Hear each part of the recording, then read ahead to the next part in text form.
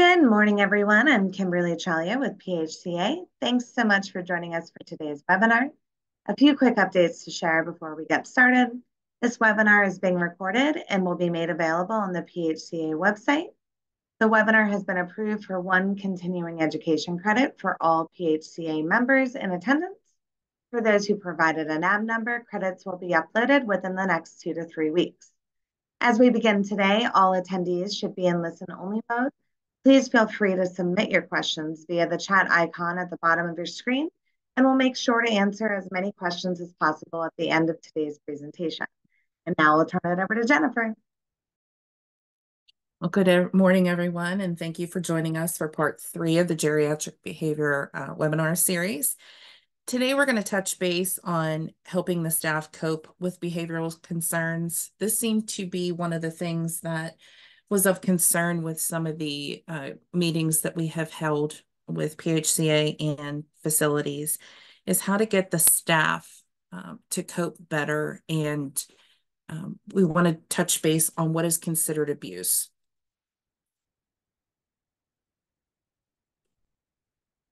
So I want to start off today by having you think to yourself, what makes you scared? What about what makes you angry or frustrated? Sad? What calms you? What makes you happy? Think about what others do to make you feel better when you are down or not feeling well. Now, with those thoughts in mind, put yourself into a nursing home. I really want to get staff to start to think a little differently, because the people that we take care of in these nursing facilities need us. They're not to their best capable function. If they were, they wouldn't be with us. So we really need to think about, how are they feeling? Giving a little empathy. Just to touch base on dementia itself. I think this is a very good little flyer that I found online that really talks about the person with dementia. You know, they can still smell the flowers. They can still communicate. Maybe not the way they used to, and maybe not in a way we understand, but they do communicate with us. They can still make decisions. So make them a part of their own care. Allow them to make decisions. They can still do basic things such as washing their face. They can still sing. Maybe they can't dance. Maybe they can't verbally sing, but they can enjoy music, and they can still move parts of their body for most of the part. The one part that says, walk with me and support me if I stumble. This will make me feel engaged. You are my lifeline. I depend on you, but please don't do for me what I can do for myself. Recognize what I can do and help me to function as a person, because you are the key to the quality of my life. I think this is very important for staff members to realize. They really are of such importance to these residents. The residents may not always be able to communicate that or tell us that, but you are the key to the quality of life. I also just wanted to make sure people are aware that an idle brain is the devil's workshop. If I am sitting somewhere and it's quiet and I'm not doing something, I get into my brain. Half the time, that's why I can't sleep at night, because all we do is think and think. And when you stay in your brain and you continuously think, it can cause you problems internally and externally. That's why activities become such an important part of our daily lives. Allowing us to be able to do things for ourselves, or getting us involved in various activities, whether I can actively participate or not, allows my brain to be in the present instead of by itself. There's also a saying that says, just as weeds take over an idle land, so will negative thoughts take over an idle mind. Those idle thoughts that turn to negative thoughts are part of what causes behaviors. So a little empathy goes a long way. You know, these people have a loss of independence. They are now in a facility. They are now out of their normal routine. They don't get to do everything that they want to do. Think of it as you can't get in the car and go somewhere. And that's something that you do on a regular basis. You've now lost that. They have a fear of what is happening to them, to their environment, to their families. They could have illness. And we know when we're ill, we don't feel up to par. So we act out. The old saying that when a man is sick, it's the end of the world. When a woman is sick, it's just another day. But you have to think about that. When you're not feeling well, do you get everything accomplished? Or do you do everything to the normal standard that you normally do? They have a new environment. Even if it has been the same environment for years for this person, there's staff turnover, there's new peers within the community. So that changes how a person perceives their environment. A lack of understanding, whether it's the resident themselves, they don't understand why they can't do things like they used to do, or they can't understand why there's a change in their life. Or is it a lack of understanding for the staff themselves, not understanding where this person is coming from? And the new schedules, as much as we try to liberalize schedules, it is still different from how the person used to live. My in-laws, they have an eating schedule that is totally different than anything that I've usually seen, but that's because they're up at 3 o'clock in the morning. Well, how many residents do we have that are up at 3 o'clock in the morning and then still eat lunch at 11:30, 12 o'clock? It's a change in their normal routine. So I just want to tell staff, it's okay to walk away as long as that resident is safe at that time. It's okay to walk away. Just say, I have to go do something else. I will be right back. Or somebody else will be in to help you. If there is an issue between yourself and the resident, and you see that there is going to be an escalation in behaviors, you can walk away. You can ask another staff member to intervene. That's why this is a team care setting. And it's okay to lie when it's harmless and humane to do so. If they're looking for their dead spouse or their child that had passed away, do we really need to remind them that their loved one is gone? So it is okay to give those little lies when it's harmless. We want to gain a positive rapport. Remember, nothing is black and white. With every person, a positive rapport is different, and every person responds to their diseases differently. So you may have two people with dementia, but how they exhibit that dementia is different. Not everyone is the same. You can enhance their lives if you remind them who they are. They are still a person. They are still respected, and they still have valid feelings, concerns, and thoughts. So try to gain that feeling of respect. When you're talking to that person, you are showing them a sign of respect. If you're talking to them with your back to them because you're in the closet, that is not a sign of respect. Turn around, even briefly, and communicate with them. Having actual conversations. I can't tell you how many times I've had a conversation with a resident and it made no sense. Anybody else listening to this conversation would have no clue what we were talking about because we probably didn't know what we were talking about. But there was dialogue. Know your residents. And we'll get into that a little more here. But just knowing their likes and dislikes makes all the difference. Spending time together. I had a resident who all she wanted to do was sit with me. She would get up in the morning She would come to my office and she would just sit there because she didn't want to feel alone. She just wanted to spend time with me because she trusted me and showed genuine affection. These are not just tasks, these are human beings, and they miss that affection as well. Showing compassion, just because you don't understand it, does not mean that we can't show compassion for what they are feeling at that time. And encouraging independence. As that little flyer said earlier, allowing them to do things for themselves makes all of the difference. And be positive.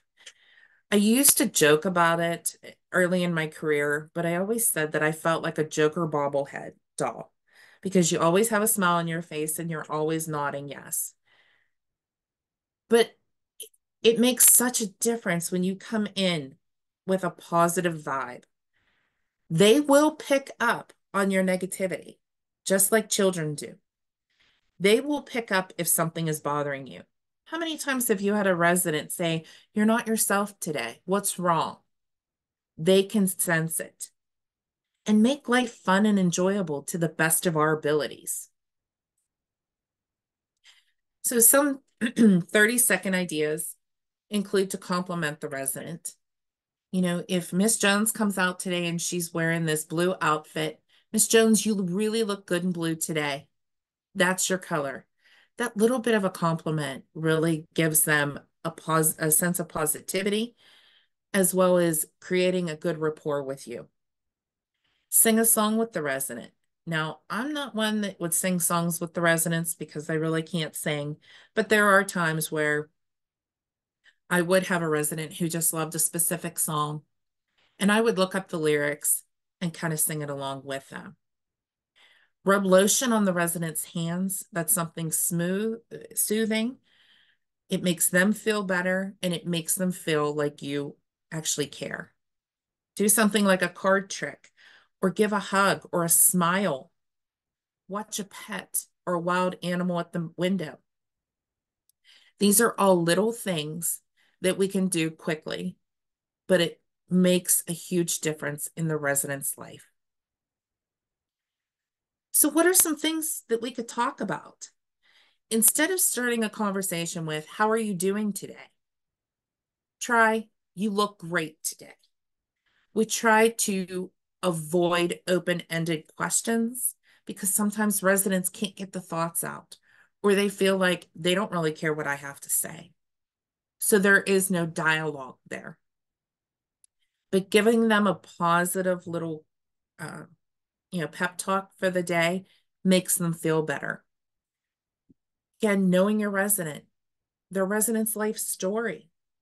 Do you know their kids' names, or do you know what he or she used to do for a living?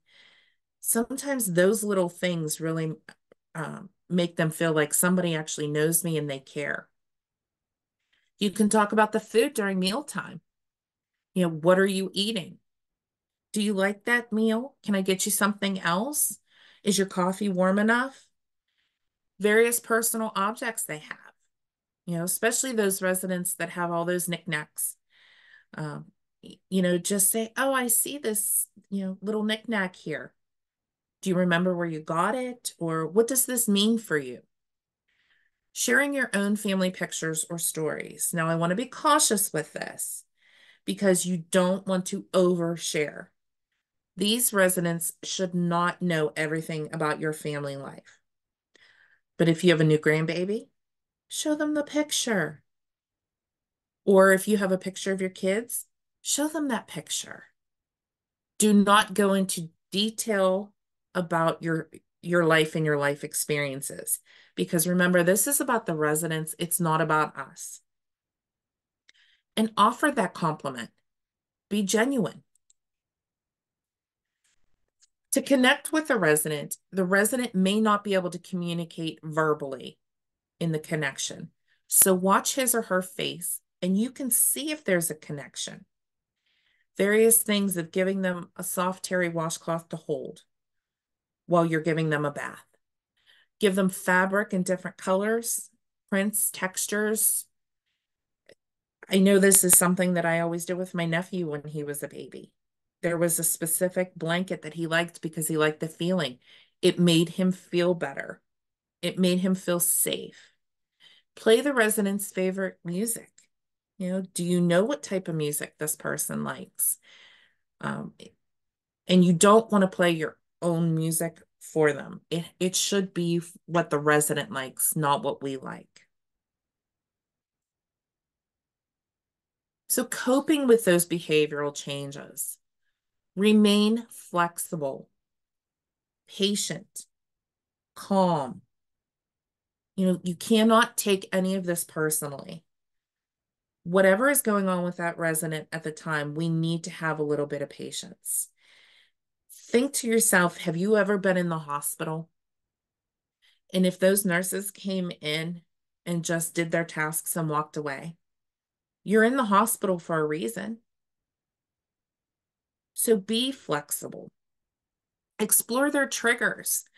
This is one thing where we look at root cause analyses, but you begin to see what their triggers are. Could it be another person in the area that reminds them of somebody? Could it be a particular smell or time of day? And respond to the emotion, not the behavior. If you have a resident that is crying and you try to start to take care of that person, they start kicking you or smacking you, don't respond to that behavior. Try to calm them and respond to that emotion. Don't argue. Don't try to convince. Don't try to reorient them to our today because theirs may be different. Use memory aids. Acknowledge their requests and then respond to them.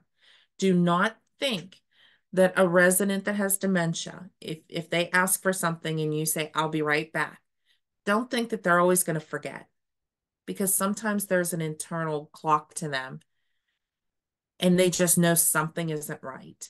They may not remember that it was you that was supposed to come back to them, but they remember something. And document. I try to stress that when there are behaviors, continue to document on the behaviors.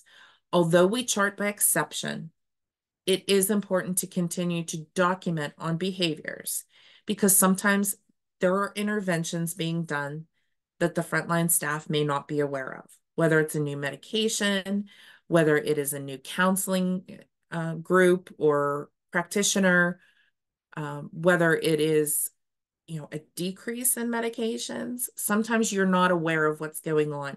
So continue to document because once that documentation goes away, we think the behavior goes away. We're not there 24/7. So we need to continue to see these things.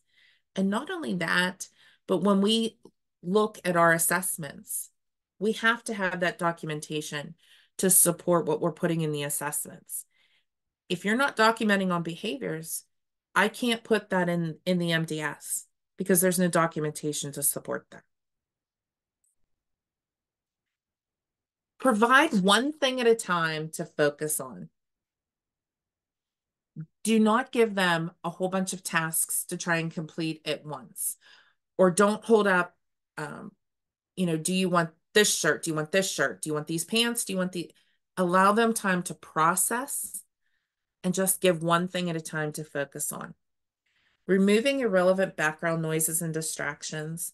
Sometimes they are unable to concentrate on what you are trying to do with them because of the distractions in the background.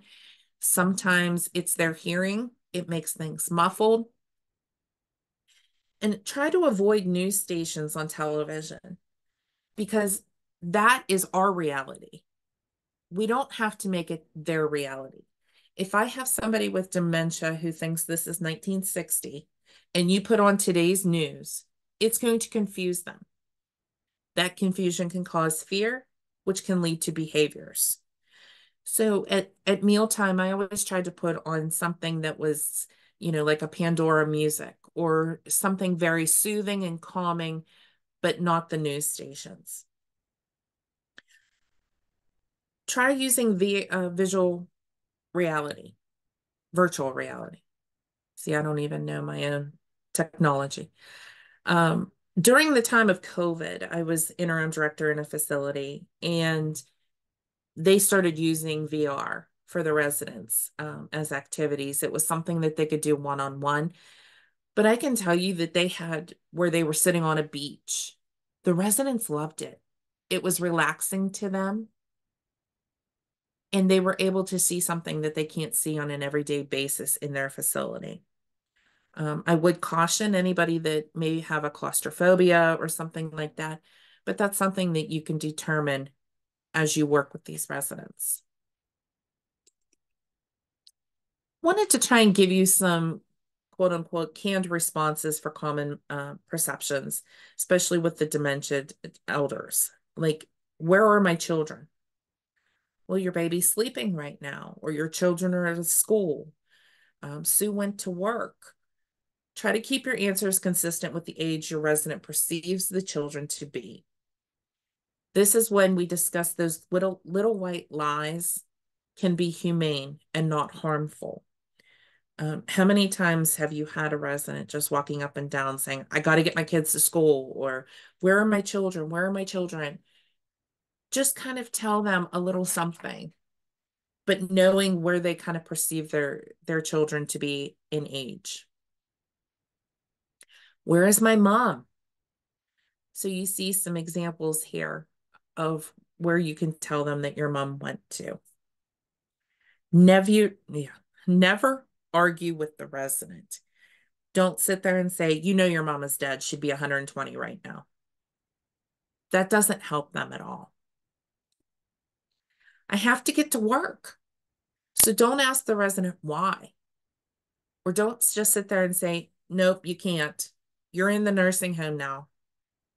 Or you retired 30 years ago. You don't go to work anymore.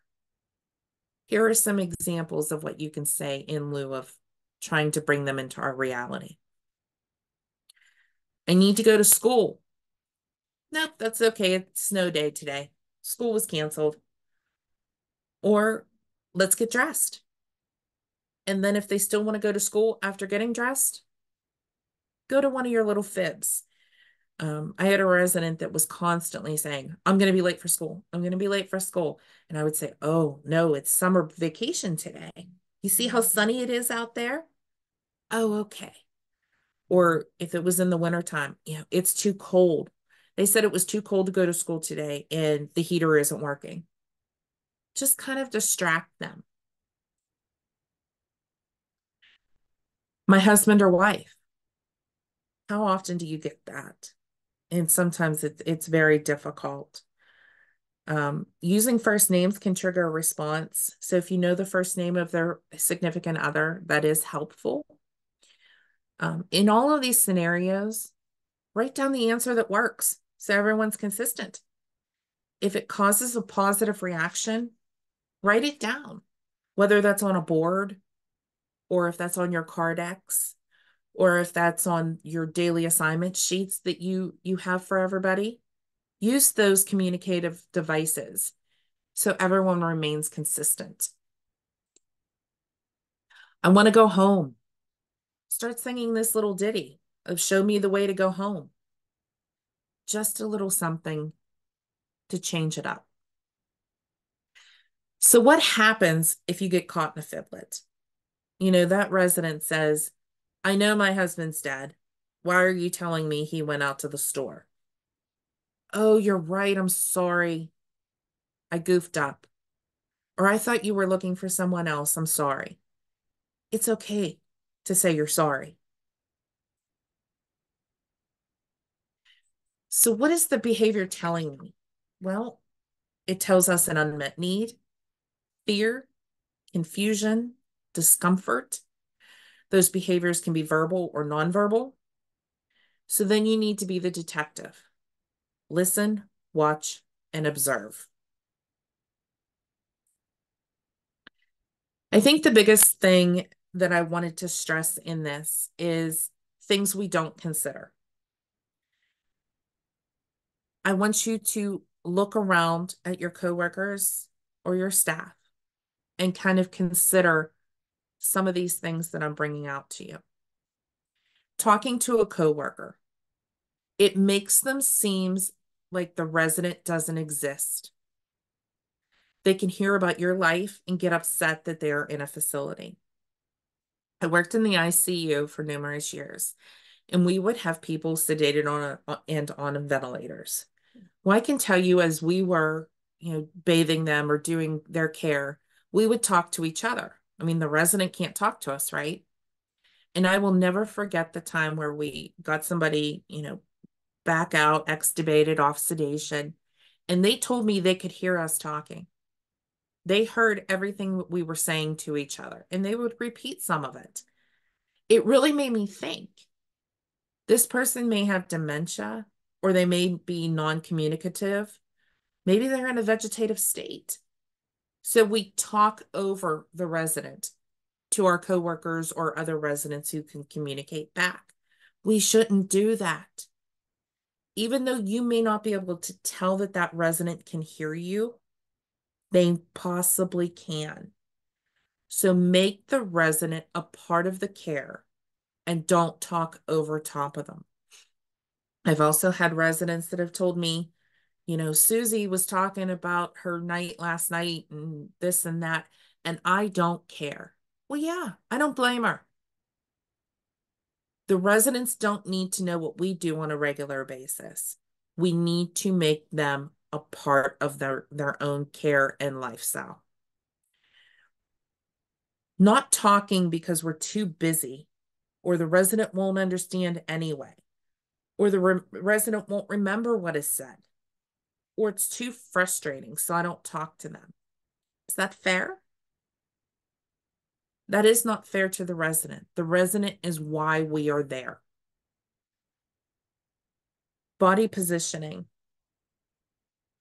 When you look at de-escalation techniques and crisis prevention, body positioning is very big. If you are standing in the doorway, sometimes the resident views that as threatening because now they can't get out if they needed to. Or standing there with your arms crossed. That could mean you're upset. That could mean that you have an aggressive stance. We need to become cautious of ourselves as well as what is going on with the resident. Your verbal tone can be perceived differently than we thought it came out as. Sometimes I say things and I'll have someone say, "Why are you so angry?" And I'm like, "I'm not angry. Why?" Well, because I said something quickly, abruptly, and they perceived me as being upset. That's not how I meant it to be. Again, we need to look at ourselves and how we are being perceived. I know that everyone is task-oriented. I mean, you're there to do a job. You are trying to get your job done. I understand that. But working quickly can increase anxiety for our residents. By the time they are done processing what they see you doing right now, you're already doing something else. And it frustrates them. It increases that anxiety. It makes them fear what is going on in their world. So sometimes we just have to slow down a little bit. And just remember, if the resident was healthy, he or she would not need us. Why would they be in that nursing home? They need us to help them. So don't take things personally and remember why we're there. Just a few little things, and these may seem self-explanatory, but these events occur. So is this abuse? A resident slaps you and you slap him back. Yes, that's abuse. A resident spits on you and you yell, "Don't do that." Again, that's abuse. A resident keeps crawling out of bed, so you put him in a reclined Jerry chair. Can that be considered abuse? Yes, because now you are restraining that person. Consider other options or get the interdisciplinary team involved. Maybe they do need a reclined Jerry chair, But if you as somebody that continuously crawls out of bed, think about, well, what happens if they try to climb out of that Jerry chair when it's in a reclined position? They're going to get hurt. The facility is in quarantine and you do not allow Miss Smith out of her room. It is still considered abuse. That is involuntary seclusion. And this is actually something that happened to me when I was a director of nursing. The nurse kept telling me, well, we're in quarantine. We can't let Miss Smith out of her room. So I blocked the door. You cannot do that. We can try to reiterate or give them something to do that in their room to keep them busy so they don't want to keep coming out. Think outside the box. A resident keeps pushing the call bell and you shut it off at the nurse's station without going in. That is neglect. That is a form of abuse. So, yes, these all seem self-explanatory that they're, yes, moving the call bell out of reach so they don't use it. But these events occur. And why do these things occur? Because the caretaker takes it that it's all about them and not about the resident. It's hard. I'm not saying this is easy by any means. It's hard to day in and day out put up with residents spitting on you or slapping you or throwing things at you. I know that. But that's when it's okay to walk away and try a different approach. Think of this honestly. When we have a decrease in behaviors, doesn't it make your day go better? Doesn't it make you feel more accomplished at the end of the day? So this really helps everybody that is involved. Wanted to kind of focus a little bit on abuse. And from what I've been told, the amount of abuse citations has been increased. And part of it is because there's a knee-jerk reaction or reflexive reaction to something that a resident does. Again, you have a resident that keeps wandering and you holler, "You can't go out that door." No, walk up to the resident and talk to them or have them walk with you. That hollering can be perceived as abusive. It does not matter if harm was intended or not. Harm can still occur. That resident has the ability to know if they were internalized that there was some psychological issue there. Those psychosocial effects may not be immediately apparent, but they can still be there. And sometimes you know that because a resident may do very well with you, but then all of a sudden you have issues with that person. Well, did I do something to hurt you? Please tell me. Harassing, mocking, insulting, or ridiculing a resident, that is abuse. Never, never, never, never take pictures or videos of residents. Share resident information with others not employed in the facility. And I know this seems self-explanatory, but we have seen it happen where a staff member takes a video of a resident to share it with somebody else. This is what I deal with. Or can you imagine acting like this? That social media may be our reality outside of the home, but that is not our reality inside the home. Yelling or hovering over resident with an intent to intimidate or threatening residents. And this is all within the CMS guidelines. We know the risk for abuse increases when a resident exhibits various behaviors, the verbally aggressive, physically aggressive, sexually aggressive, rummaging behaviors, wandering, or being resistive to care and services. So be cognizant as to when these things happen that, you know what, I need to be cautious on how I respond to this and try to get them to change their behavior or be more comfortable. Other things that you can do, consider evaluations by the providers or the practitioners. Sometimes sudden changes in the behavior could be infection, pain, side effect of a medication, or it could be a precursor to a dementia. But do not assume that this is a resident's dementia. Sometimes we offer medications to help behaviors, but at times those medications can actually hurt the behaviors, increase them, cause new ones. Think of the behavior as a form of communicating. Sometimes these residents cannot appropriately communicate to us what they want. I kind of think of this as infants. When an infant is crying, and we discussed this in the last session, could that be they're crying because they're in pain, or because they're wet, or they're hungry?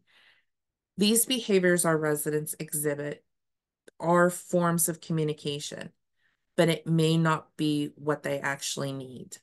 So try to identify what's causing the behaviors. Consider if the behavior is risky and hazardous versus annoying and frustrating. We know that somebody who constantly exhibits the same behaviors can be frustrating for us as the caregivers. But sometimes we need to take a look and see, could this behavior be harmful to them or others? Creating a daily routine that is structured and predictable for the resident, that's important. You may not realize the importance of that, but that's why we kind of look for continuity of care with the same caregivers on various units. It's better for the residents to have continuity, but sometimes it is damaging to the staff to have the same residents all of the time, especially when there's those aggressive behaviors. Be calm and patient and talk to other caregivers. Sometimes other members of the team have solutions that we haven't been able to figure out previously. Could there be a committee? Could there be part of this as your stand-up meeting or your stand-down meeting? Just something that worked today with whomever, I'm sorry. And I had also discussed in the previous session about those positivity boards, putting them up in the rooms. A lot of times just having that little quick thing to look at and say, you know, Miss Jones, I see your favorite color is blue. And just starting a conversation with that, or just knowing that little piece of information makes the resident feel better. Think about when the behaviors occur. Is there a time of day? Or is there an event that is occurring? Is it at bath time, meal time? Where did the behavior occur? This information becomes pretty important. Sometimes we can really dive into what is causing the behaviors and then stop it or alter that. The environments of overstimulation or boring really change things. Can you have verbal cues around the home to help the resident know where their belongings are? Just ensure the environment is safe.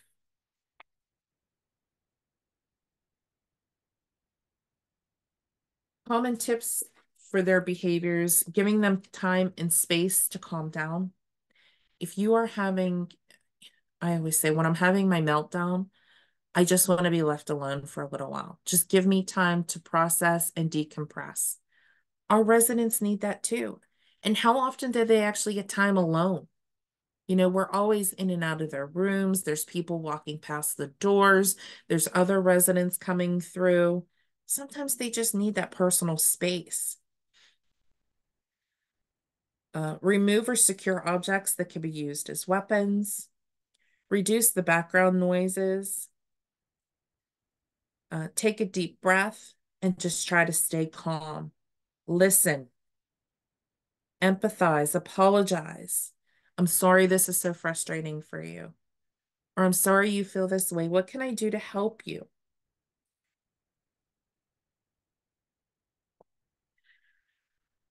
Avoid criticizing, correcting the person. Speak slowly using a low and soothing pitch. I know that we are used to people that are hard of hearing and we talk loudly often. But there are times where it's just a lot better to have that calm, soothing voice, and it doesn't make the resident feel threatened. Remember that anger or fear naturally subside within seconds to minutes in the absence of continued triggers or repeated thoughts. So give them that little bit of time and walk away. Make that emotional connection. I'm here for you, or we're going to get through this together. Apathy does not work. That's an indifference. It's empathy that really helps. Do not assume that old activities and hobbies are familiar and fun for the person. They may feel that it's too difficult or it's confusing. Do not expect the person with dementia or behaviors to suggest how to make themselves feel better. Try things on your own. Try exercise. You know, I'm not one to exercise. I will be honest with that. But I can tell you that people have always told me, Jen, just, taking a 5-minute walk or just walking on the treadmill or going for a little run will make you feel better. Well, that will help our residents as well. Consider drinks. Maybe they need to go to the toilet. There could be additional medical problems, but that's why you become a detective. And that's why it's very helpful for you to communicate and decide what makes things better for the residents. A few things with communication: try to be on eye level. Talk to the person just like you would talk to a friend or a family member. Don't think that they are institutionalized so they don't have things to discuss. Consider if they seem bored or restless. Do you have various activities that you can offer to a resident, and that allows them to do some things maybe on their own? I know some residents have really enjoyed reading, so we get the big print books. We allow them to read.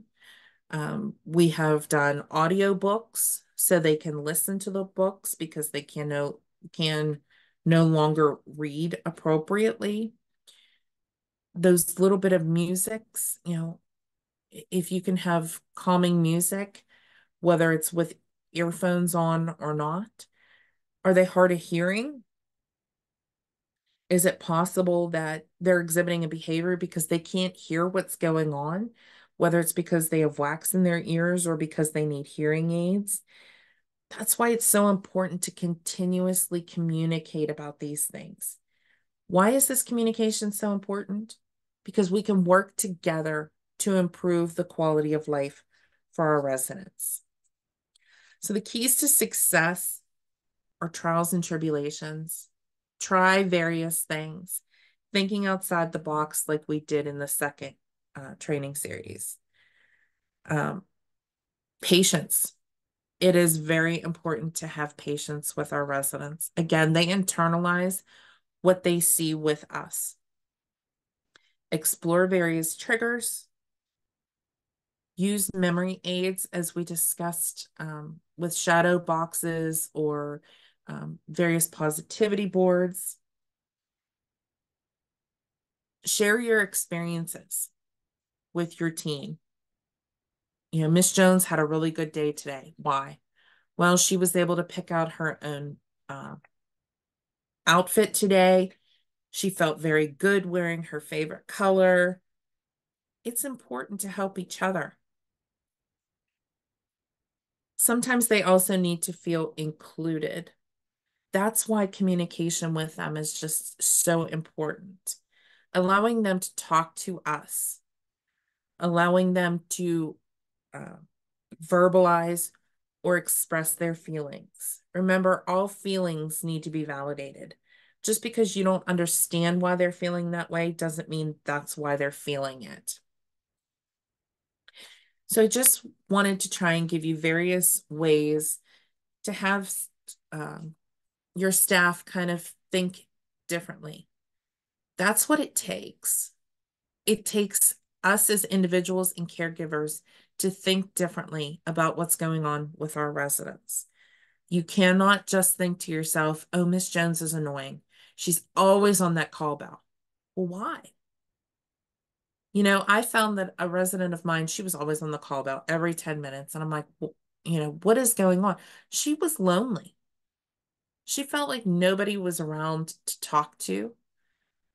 She was tired of watching television all the time. Her family never visited. So, you know, can we put her with another resident to start talking to each other? Sometimes them making friends in the social environment helps the caregivers because now they have somebody else to talk to. I also had a group of ladies who were cognitively intact, and every evening they would get together and they would play Uno or they would play bingo with each other. Is that feasible for some of your residents? Introduce them to each other and maybe they can go and do something together towards the end of the day as things start to calm down. Maybe allowing them to have a video movie night.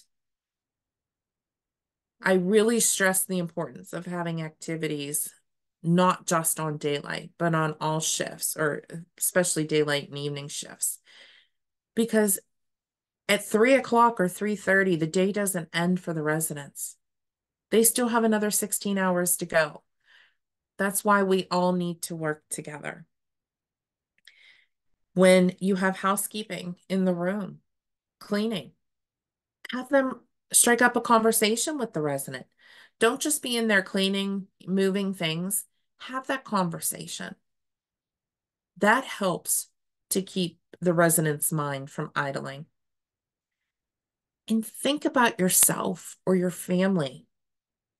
What triggers when they get upset? Or what do you do to help them get over an emotional distress situation?